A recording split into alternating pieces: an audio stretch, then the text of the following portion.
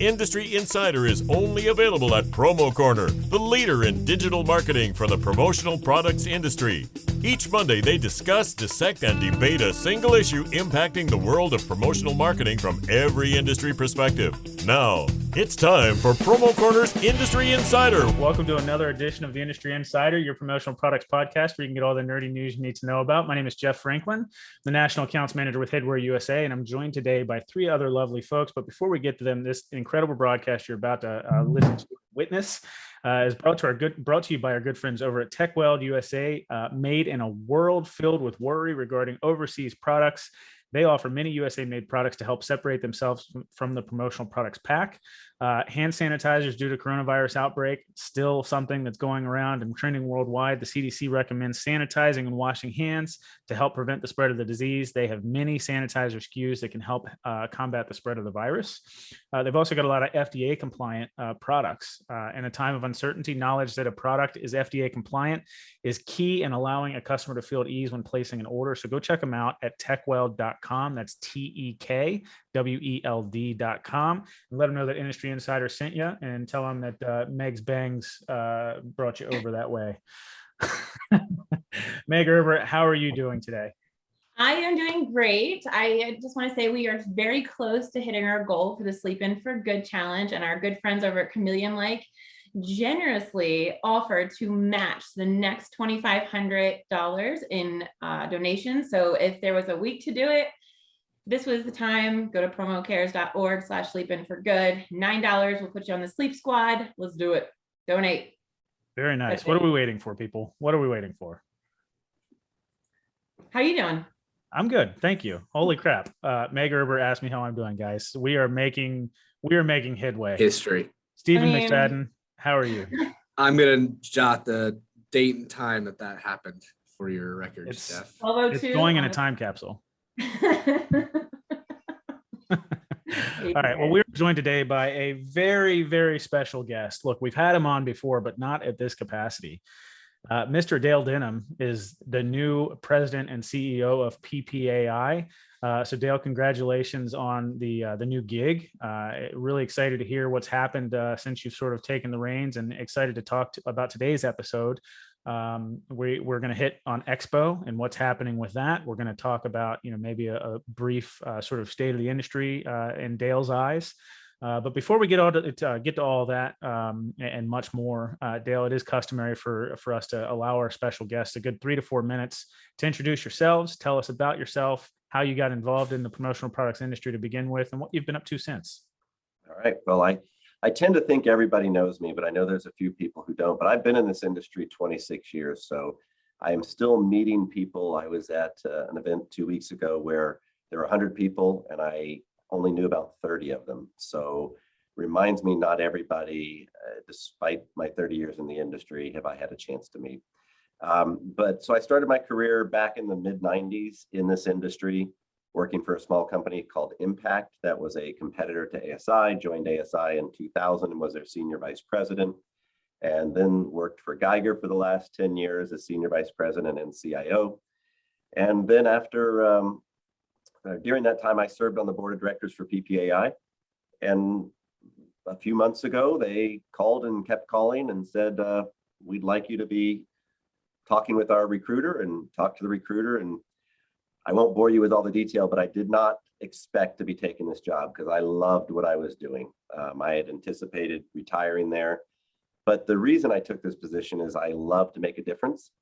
And in this role, there is the ability to influence 14,000 member companies and for many, many employees, livelihoods. So it's a great opportunity. And I really appreciate what the association has done. And as we talk a little bit more later, I'm excited about the things we can do going forward. So really, really respect where we've been and what's put us in a place to be able to do so much more going forward. Sure. Well, we're really excited to have you on. Got an awesome topic. I know everybody's been hankering to get another expo live in person, and I believe we've got some news to deliver for those of you that haven't already heard. Dale, would you like to deliver the news to people that haven't heard? Yeah, Expo is happening, and I'm surprised that some people don't know. Yeah, right, Stephen. Huh? I'm surprised most people don't know. I'm not surprised that you don't know. We have been dying, like everybody else, to have an in-person event like this, and the team was very disappointed when it had to be canceled last year. I mean, it was in the midst of a very tough time. Now we have 60-ish% of our country vaccinated, and I think I read the statistics. Was it another almost million a day are being vaccinated right now? And so you're looking, or at least are getting shots. So maybe, some people are getting booster shots. It's just changed everything, and you're seeing the trends decline in terms of both new cases and hospitalizations. We're still in a bad place, but it's all going the direction that we all want it to go for just life in general. And so the team is ecstatic to be able to get back to normal and have an expo this year. I was just out in Vegas 2 weeks ago to look at expo with new eyes, right? So you've been there either as exhibitors, attendees, or what have you. And I have been for 15, 20 years, been going there. And it is awesome to attend that event. Now I'm looking at it from a different perspective. I'm looking at what is it to run the event? And the good news for everybody is I don't run the event. The team who runs the event still runs the event. But I get to see, well, I get some credit, right? I got to make sure they get what they need. But Ellen and Alan and Chris are amazing. They know so much, and they put up with some of my dumb ideas. And Ellen loves to tell me no. She loves to tell me no. Sometimes if I have a good idea, she tells me no just to say no. She knows what she's doing. She runs the trade show now. She reports into Alan, and Chris runs the operations, and just amazing. And so going out there and seeing what Mandalay Bay has done, there's things you won't even notice that I won't bore you with. But the big news for everybody was Mandalay Bay got rid of that cobblestone walkway that you had to walk through to get to the convention center. Nice. And it's now flat, and it's probably the thing that everybody was most excited about when I posted on social media. I was surprised about that. But they've done a great job. It's dangerous. Right. It literally is dangerous. Meg, I don't know why I know that. I wouldn't tell Who you. wears heels to the expo? Come on. I don't think it's heels. I don't think heels are the problem, Meg. I think it's all the people carrying their carts behind them. Oh. Yeah, it's just all the extra vibration. It's kind of annoying. We just want a nice smooth surface to roll our bags. People will complain about anything, won't they? Yeah. Yeah. Well, what's really exciting is that we're still up in the air about who is all going from this team. But as of right now, I think it is myself and Steven. Jeff's still on the fence, but we will be going live from the show floor. If that's the case, Dale, we would love for you to stop by during the show and say hi. We don't know what we're going to do yet, but we will be doing the show live from the show floor. So absolutely. That's fantastic. Awesome. We are going to have really good attendance as well. So you'll be able to have a great audience. If you can get people to see you wherever you are, let us know where you're going to be doing it. We'll try to steer a few people your way. Oh, how fun. For sure. Well, so Dale, go ahead. Go ahead. No, it's your turn, Steven. You talk.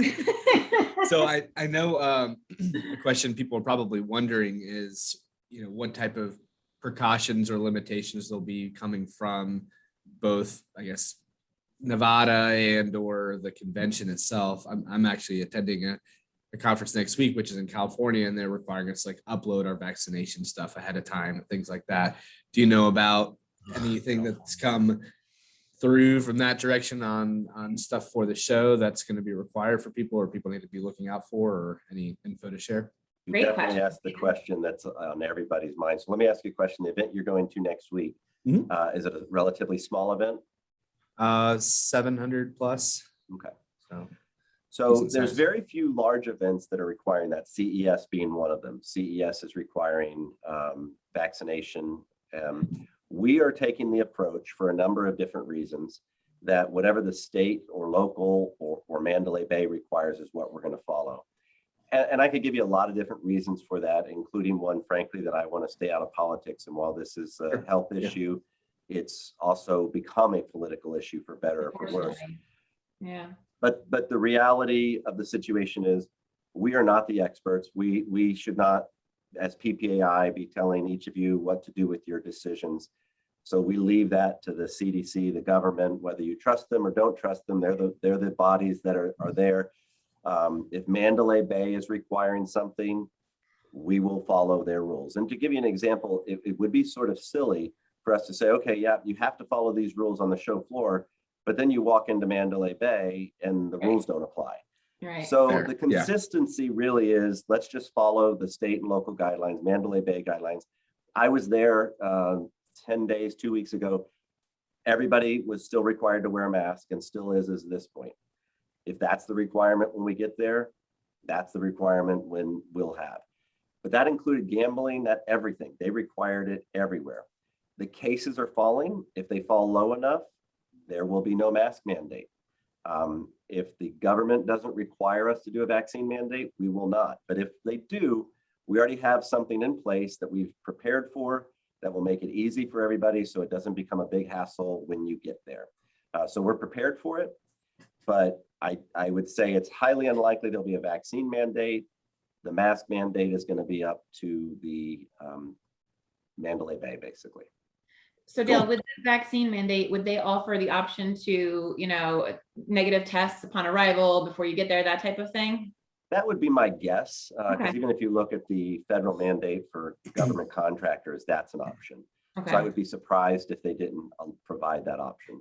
And Meg, that's actually how the conferences that I'm going to as well. You have that option as well. to As do it the should be. rapid If you already test. have the antibodies and you're proven with the negative test, it shouldn't be an issue. So And that's frankly, good. I would encourage anybody attending who is vaccinated or not to get tested. Why not? Because Exactly. Yeah. it would be great if we were all feeling confident. I'm not going to require it again unless somebody does, but I'm going to test because I'm going to be interacting with a ton of people. So I want to have the best chance. Now it's a at-home test. You can still get those.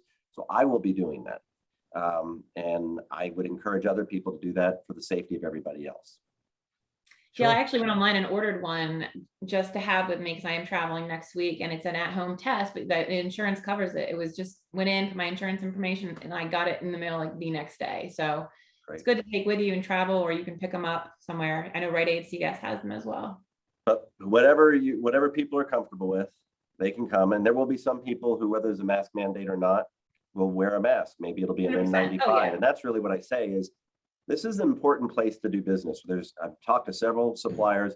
There's still a bunch of new products coming out at Expo. There is nothing like being able to interact with supplier salespeople and distributor salespeople face to face and talk about the needs of the clients and get ideas. Yes, Zoom is great. It's worked wonders for us, but it is not the same. It is subpar to the in-person experience. We all know that. It serves a purpose when you're doing one person is talking, but when there's a lot of interaction, let's get in person. So people who are slightly uncomfortable, grab those N95 or KN95 masks, show up there, and you're just as protected as any doctor or nurse wearing them. So. Yeah. 100%. And I think we all appreciate that. And, just speaking on behalf of myself, yeah, just having those options and being flexible like that. There was a question. I don't know, Jeff, it just slipped me. So I don't know if you have another question. It was about no, that. I was just going to say, if for some reason I'm not permitted to come, Headwear is exhibiting, I right? remember. If for some reason I'm not permitted to come, please, send me plenty of pictures and messages and make me, really have the FOMO that I'm probably going to have with or without all of that information. So, but look, guys, registration's open. Expo is January 11th through the 13th. Obviously, if you're exhibiting, you're going to want to set up before that. So plan accordingly, but it's open now, like as of 5 seconds ago. So go. And can I tell you two things? One, don't forget the conference is on January 10th, and there's going to be some great speakers on the 10th. Right. But for those who are looking for a more cost-effective hotel room, the Luxor has upgraded all their rooms, and the prices of Luxor is cheaper than Mandalay Bay. Yes, it's a little bit more of a walk, but their rooms are beautiful. And I wouldn't have said that last year.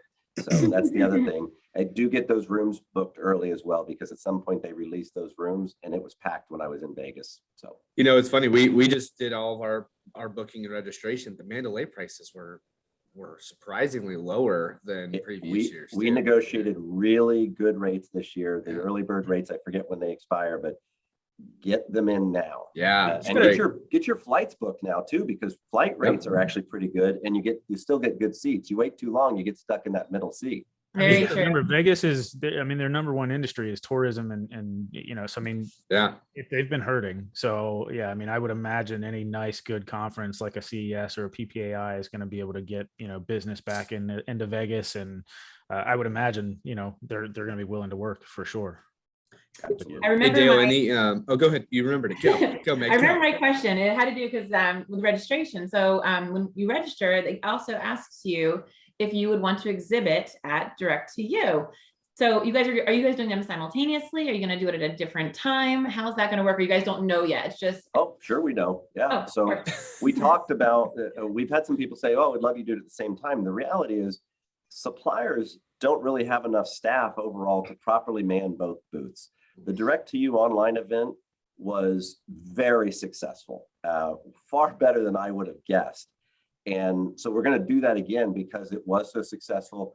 It'll be great for the people who can't make it, but it's also going to be great for the people who do make it, who want to have follow-up conversations. So that'll take place in a few weeks after Expo takes place, not at the same time. Okay. Are you considering regional calendars when that is booked? Like, I don't know if it's already actually booked or not, but I know there's a lot of regionals that typically have their winter showcases sort of end of January, beginning of February. It is already booked, and we did look at that for those that we knew. As well as I do, it is so hard to keep up with every event, and we're pretty good with the regionals. They tend to tell us information, but everybody has been waiting a little longer this year to decide what dates they were doing things. So I'm not aware of any conflicts at this point. Cool. All right. You guys have any other questions, or go ahead, Steven? Yeah, just out of curiosity, since registration has been up for a little bit, any insight on numbers? Like, is it looking pretty good for registration so far? Yeah. So I've been forecasting that we'll be somewhere between 50 to 80% of 2020 attendance, which was a great year. And our booth sales are going to be somewhere in the 70 to 75%. So we're still going to have well over 2,000 booths, which is phenomenal. We have some suppliers who've been increasing their booth size. We've had a few that have downsized a little bit, and we have a few that are opting out, but we have almost 1,000 exhibitors. So we're basically at the same number we've been in previous years. That's great. We're going to be larger than any other show by at least 4 times, maybe 5 times. We're in a really good position from the exhibitor side as well. The attendees, we really aren't going to know for several more weeks. We're well within my range right now. We're not as close to 80% as I'd like to be. The issue, what we're finding is people are still kind of taking a wait and see approach on COVID. But I suspect now that we'll end up in that 70% range, which would give us a perfect balance. In the trade show business, you try to have a ratio. So if it's 5 attendees to every booth or every exhibitor, we're going to be basically where we were. And from what I've been hearing, the people who have been coming to the in-person events so far this year are the people that the exhibitors want to see. And so it's really, I think, going to end up being a fantastic show for both sides.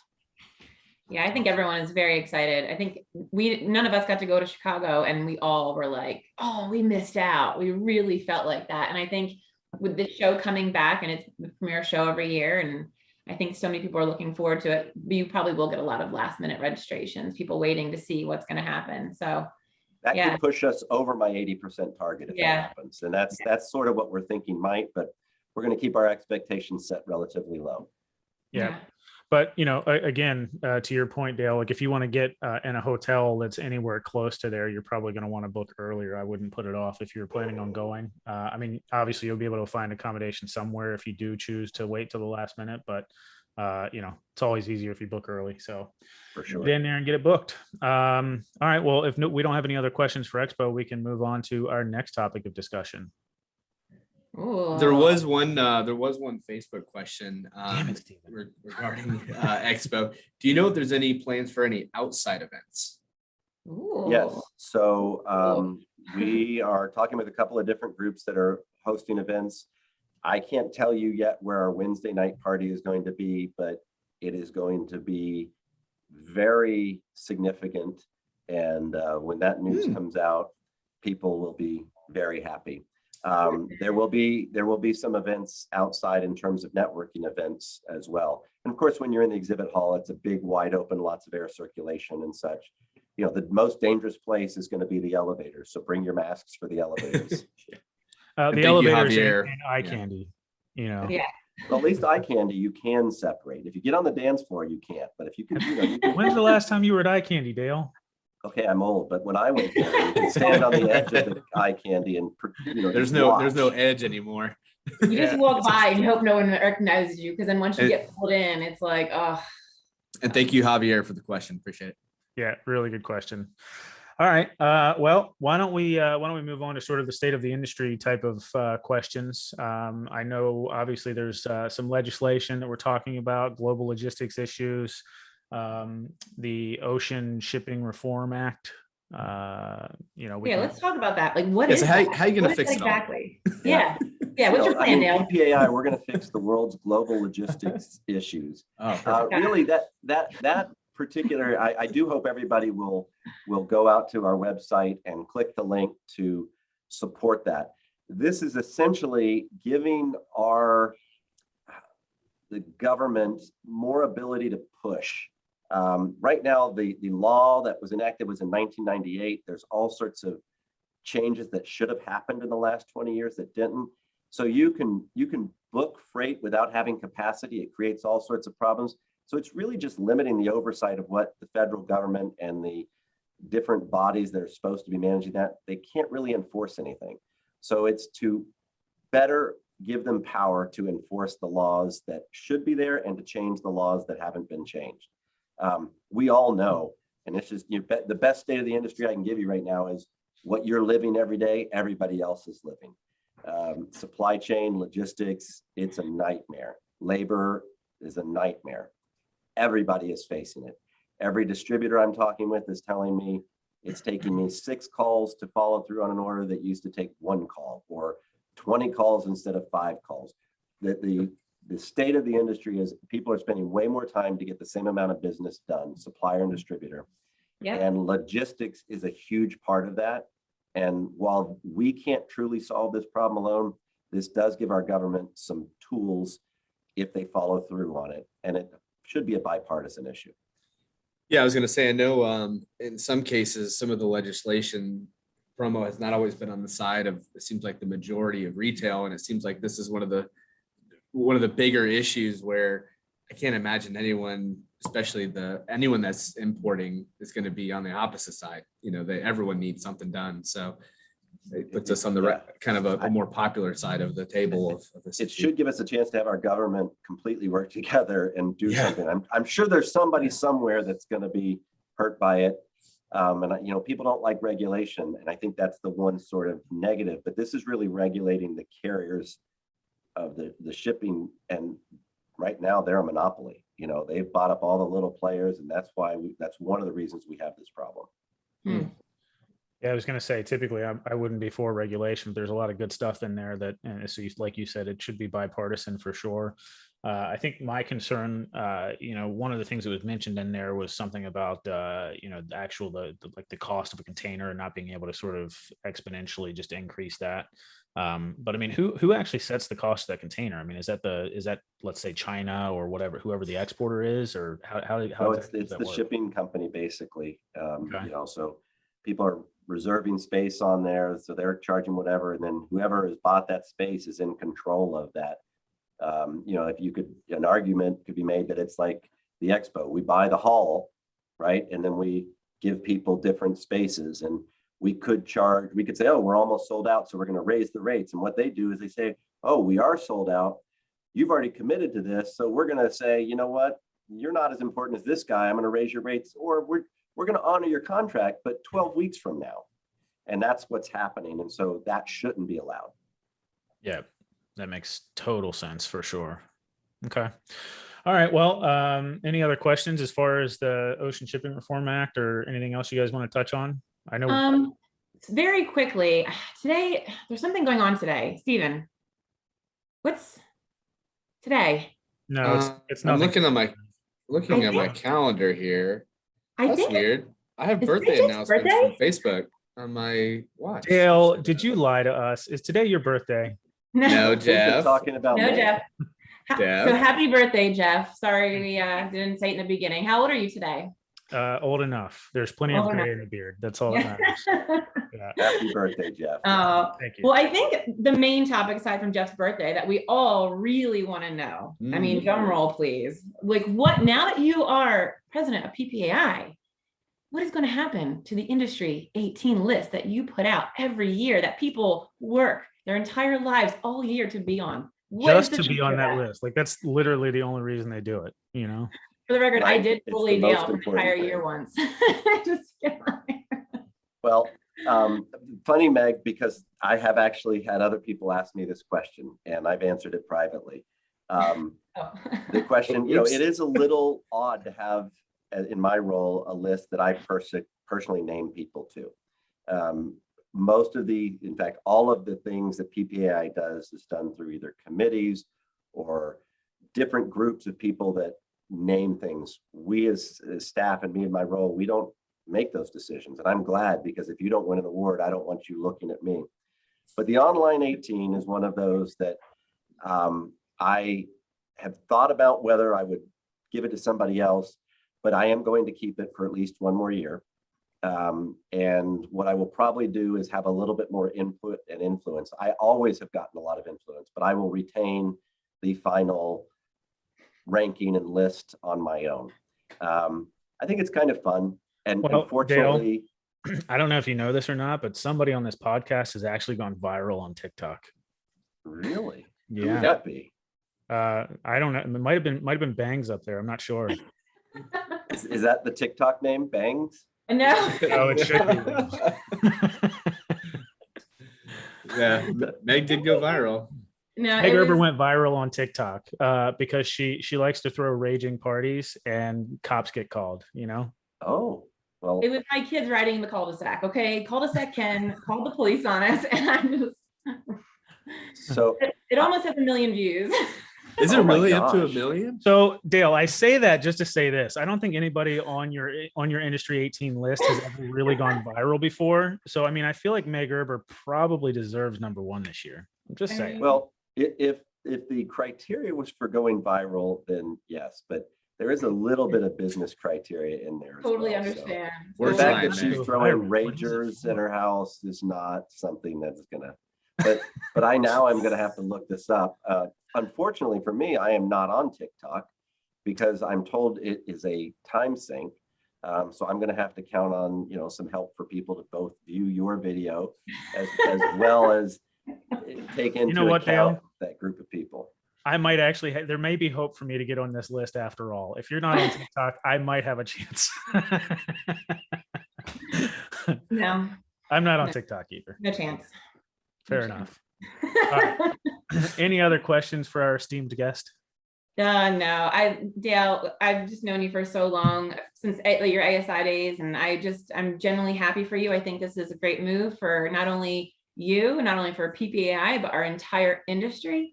You have 3 new board members that are amazing. And I think Yes. the future of this industry is in the best hands that it has been in. And I think that you guys are going to do an amazing job. And I'm glad that I'm part of it. So just kudos to you and your team. You guys, awesome job.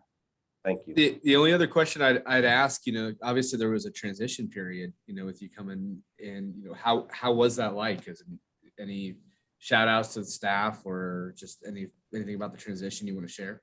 Yeah, first of all, I'll go back to, Paul Bellantone. I think he did a great job leading the industry for years. He also did a great job recognizing that he knew that the association needed to change. And it's hard to change when you've built something. And he stepped out, I think, largely because of that. He also stepped out in a way that left room for me or whomever else to come in. And I applaud and appreciate Paul for that. He's doing what he needs to be doing to run his business and stays very supportive. And I appreciate that. And of course, Bob stepped up in the interim and kept things going and made a lot of good decisions. And think about this. This is at a time when all of our businesses were in upheaval. And the association lost its largest revenue source and its most profitable revenue source.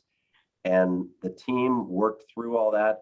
And just like most of your teams, stretched to the end And I am so thankful to them. We do have a great team, and they continue to be great, and we're working together really well. Time will tell how much longer they can put up with all my chaos that I cause. I'm definitely bringing lots of new ideas and energy, but they seem to be enjoying it, embracing it. But yeah, the team did a fantastic job in a really tough situation. Yeah, absolutely. Well, I mean, I know they put a lot of time and effort into it too. Having been on, different boards and committees, and just doing, the monthly meeting is a lot, and the other stuff in between. But I mean, I know they were meeting on a weekly basis, trying to figure out, everything that's happening, how they're going to go. So, I mean, I know you guys are as well as prepared as you possibly could be for anything that's happening. You've got an incredible team there. So really excited to see what's on the horizon for PPAI and Expo and all things beyond. So we have a lot of good things that we're talking about and planning. We are not yet going to share those, but by Expo, we'll be sharing some of those. And so the most important thing is to have everybody show up at Expo, and let's get back to business. Absolutely. 100%. All right. You guys have any other questions for Dale? I'm good. Your silence is deafening. Okay, fair enough. All right. Well, look, if you enjoyed the podcast, well, first of all, Dale, really appreciate you coming on and joining us again.